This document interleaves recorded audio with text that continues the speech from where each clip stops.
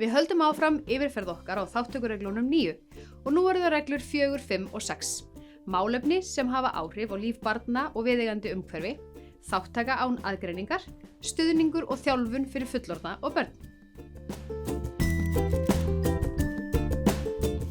Öll börn eiga rétt á að tjá skoðanir sínar og stjórnvöldum ber skylda að mæta þeim með virðingu. Fyrst og fremst þurfa börnin sjálf að fá tækifæri til að ákveða hvað það sem hefur áhrif á líf þeirra og því næst að fá tækifæri til þess að láta í sér heyra varðandi þau málefni. Þess vegna á að standa þeim til boða að taka þátt í sem flestum verkefnum og mikilvægt að samráð við börn sé stofnanabundið. Það þess vegna mjög mikilvægt að takmarka ekki umfjöllunarefnin og þátttökuna við það sem að þú heldur að börnin hafi áhuga á. Einnig mikilvægt að hópur þeirra barna sem tekur þátt endurspegli fjölbreytileika barna.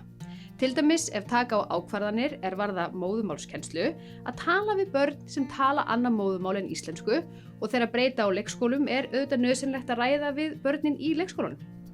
Umhverfi þátttökunnar þarf líka að vera viðeigandi. Fullorðnir þurfa að gefa sér nægan tíma til þess að vinna með börn og útvega þeim allar þær upplýsingar sem þau þurfa til þess að vera vel undirbúin. Stór hluti undirbúningsins snýst að tryggja að börnin séu örugg svo þau þori að tjá sig. Það getur til dæmis verið óþægilegt fyrir barn að ganga eitt inn á fund með mörgum fullorðnum í stórum fundarsal í ókunnugu húsnæði. Stundum getur það verið mjög hjálplegt og valdeflandi fyrir börn að vera fleiri en eitt saman þegar þau taka þátt í verkefnum með fullorðnum. Það kemur í veg fyrir valdaójafnvægi. Það getur einnig verið gott að bjóða börnum til þátttöku í umhverfi sem þau þekkja, til dæmis í félagsmiðstöðinni þeirra eða skóla. Til þess að tryggja það að börn hafi áhrif í eigin lífi og umhverfi þurfa eftirfarandi atriði að vera til staðar. Umræðuefnið hefur raunveruleg áhrif og merkingu í lífi barnanna. Börn eru hvött til þess að ræða málefni sem þau sjálf telja hafa áhrif á líf sitt. Börn skilji vel af hverju þau taka þátt í verkefninu. Leiðbeinandi tekur mið af ólíkri menningu og einstaklingsbundnum þörfum barna. Þáttaka tekur mið af aldri, þroska, getu og aðstæðum. Börn skilji hvað þau geta haft áhrif á og hvað ekki. Leiðbeinandi tryggir aðgengi allra sem þurfa hjálp, til dæmis að fá túlk. Það eru réttindi allra barna að vera ekki mismunað.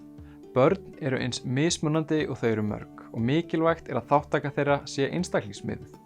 Ef markmiðið að tryggja jöfn tækifæri fyrir öll börn, þurfum við að vera meðvituð að til þess að ná til fjölbreyttra hópa þarf fjölbreyttar aðferðir. Börn eiga rétt á viðeigandi aðlögun. Já, og viðeigandi aðlögun snýst að tryggja að umhverfið, aðferðir og aðstæður séu ekki hamlandi, heldur taki mið af þörfum hvers barns. Þá þarf til dæmis að tryggja greitt aðgengi fyrir börn með fatlanir og að börn með annað móðurmál en íslensku fái aðgang að upplýsingum á sínu móðurmáli. Börn þurfa auk þess að hafa kost á að koma skoðunum sínum á framfæri í samræmi við styrkleika og áhuga. Sumum þykir gott að mæta á barnaþing, þar sem þau geta rætt við önnur börn málefni líðandi stundar. Öðrum þykir betra að geta sent inn athugasemdir á samfélagsmiðlum, einhverjum þykir gott að ræða hlutina í smærri hópum og enn aðrir vilja mæta á opna fundi. Það því mikilvægt að bjóða upp á fleiri en eina þátttökuleið og að rýna í hvort aðstæður, umhverfi og aðferðir séu aðgreinandi eða styðjandi. Og til þess að tryggja jöfn tækifæri þurfa eftirfarandi atriði að vera til staðar. Leiðbeinendur eru meðvitaðir möguleg áhrif aldurs, kyngerfis, húðlitar, tungumáls, trúarbragða, pólitískra eða annarra skoðana, menningar eða þjóðarbakgrunns, fötlunar eða annarra þátta á þátttökutækifæri. Leiðbeinendur skapa öruggt rými til þess að rýna í viðkvæm málefni. Stundum nauðsynlegt að afmarka þá sem geta tekið þátt til þess að skapa öruggt rými fyrir þau börn sem finnst óþægilegt að ræða ákveðin málefni fyrir framan aðra hópa. Sem dæmi finnst mörgum unglingum óþægilegt að ræða málefni tengt kynfræðslu í opnum hópi. Mikilvægt að huga vel að þeim börnum sem eru líklegust til þess að vera mismunað svo rödd þeirra hafi jafna áheyrn. Leiðbeinendur skoða hvort samstarf við annað fólk eða hópa með sama bakgrunn og börnin sé möguleiki. Börnin sjálf fá tækifæri til þess að vinna gegn mismunun í þátttökuferlinu. Barnvænar upplýsingar eru aðgengilegar á mismunandi miðlum, prent, stafrænt, hljóð og mynd til dæmis.